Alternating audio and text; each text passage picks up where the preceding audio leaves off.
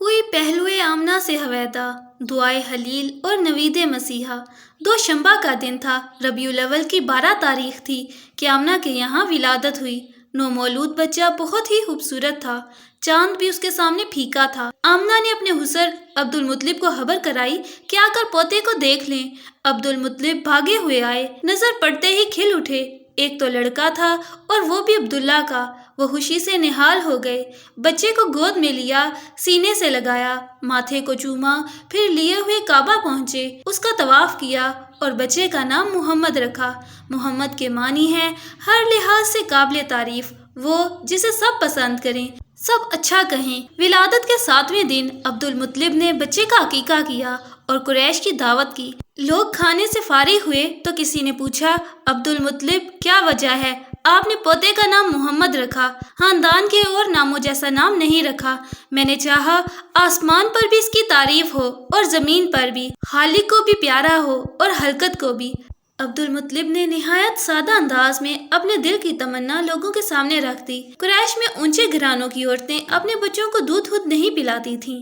देहातों से दाइयों की टोलियां आती, वो बच्चों को अपने यहाँ ले जाती, उनको दूध पिलाती, परवरिश और बर्दाश्त करती। जब वो बड़े हो जाते तो वापस कर जाती और दूसरे बच्चे ले जाती। इससे बच्चे खूब तंदुरुस्त रहते, फसीह अरबी भी सीख लेते। दाइयों के आने के मौसम मुतय्यन थे। मोहम्मद की विलादत हुई तो उस वक्त कोई दाई ना मिली।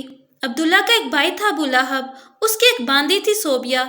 7 दिन आमना ने खुद दूध पिलाया, फिर बच्चे को सोबिया के हवाले कर दिया कि जब तक कोई दाई ना मिले उसको दूध पिलाए। सोबिया ने बस कुछ ही दिन दूध पिलाया था कि कबीला बनी साद की दाइयां आ गईं। दाइयां बच्चे तलाश करने लगीं। वो घर घर जाती, माओ को अपनी हिदमात पेश करती। माएँ जिसको पसंद करती अपना बच्चा उसके हवाले कर देती।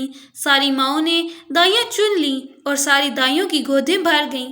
हाँ, सिर्फ एक दाई रह गई। उसको किसी ने ना पूछा, इसलिए कि वो जरा कमजोर और दुबली थी, मुफलिसी का भी शिकार थी। ये थी अबू ज़ुएब की बेटी हलीमा। बच्चा भी सिर्फ एक ही रह गया। दाइयों से दूर दूर रही, कोई उसे लेने के लिए तैयार न थी। वो बच्चा था अब्दुल्ला का बेटा मोहम्मद। दाइयों ने सुना मोहम्मद यतीम है, बाप के साय से महरूम है।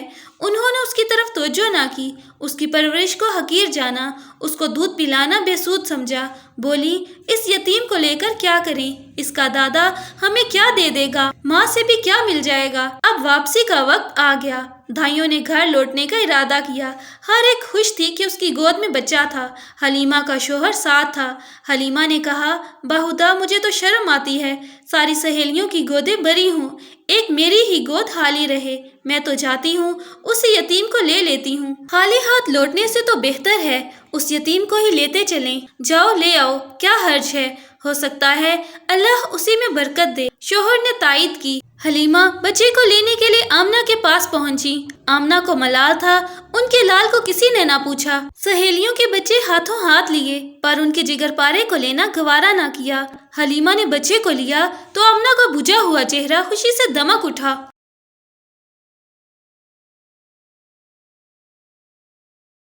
हलीमा की एक ऊँटनी थी, दुबली पतली, बिल्कुल मरियल। भूख लगी तो शोहर उसे दोहने उठे, आंखें फटी की फटी रह गईं। वो थन जो हमेशा सूखा रहता आज बिल्कुल भरा हुआ था। दूध खुद बहुत टपका पड़ रहा था। शोहर ने खुद भी पिया, बीवी को भी पिलाया। दोनों ने जी भर के पिया। रात हुई तो दोनों ने बच्चों को पहलू में सुला लिया, फिर खुद भी सो रहे। नींद इतनी आराम और चैन की थी कि बिल्कुल ही बेखबर हो गए। सुबह हुई तो शोहर बोला, हलीमा क्या ख्याल है, बाहुदा बहुत मुबारक बच्चा पा गई तुम। हलीमा, बाहुदा मेरा भी यही एहसास है। दाइयों का काफिला घरों को लौटा। हलीमा की गधिया आगे आगे थी और मस्तानावार रवां दवां थी। सहेलियों ने ये देखा तो आवाज दी, वाह रे अबू ज़ुएब की बेटी, जरा ठहरो ना, हमें भी तो आ लेने दो। अरे ये वही गधिया तो है जिस पर तुम आई थी। ये तो रास्ते में रुक रुक जाती थी, बार बार तुम पीछे हो जाती थी। हलीमा, हाँ हाँ बाहुदा ये वही गधिया है। सहेलियां, ऐसी नाकारा गधिया में ये तेजी और चुस्ती कहाँ से आ गई, ये तो बड़ी अजीब बात है।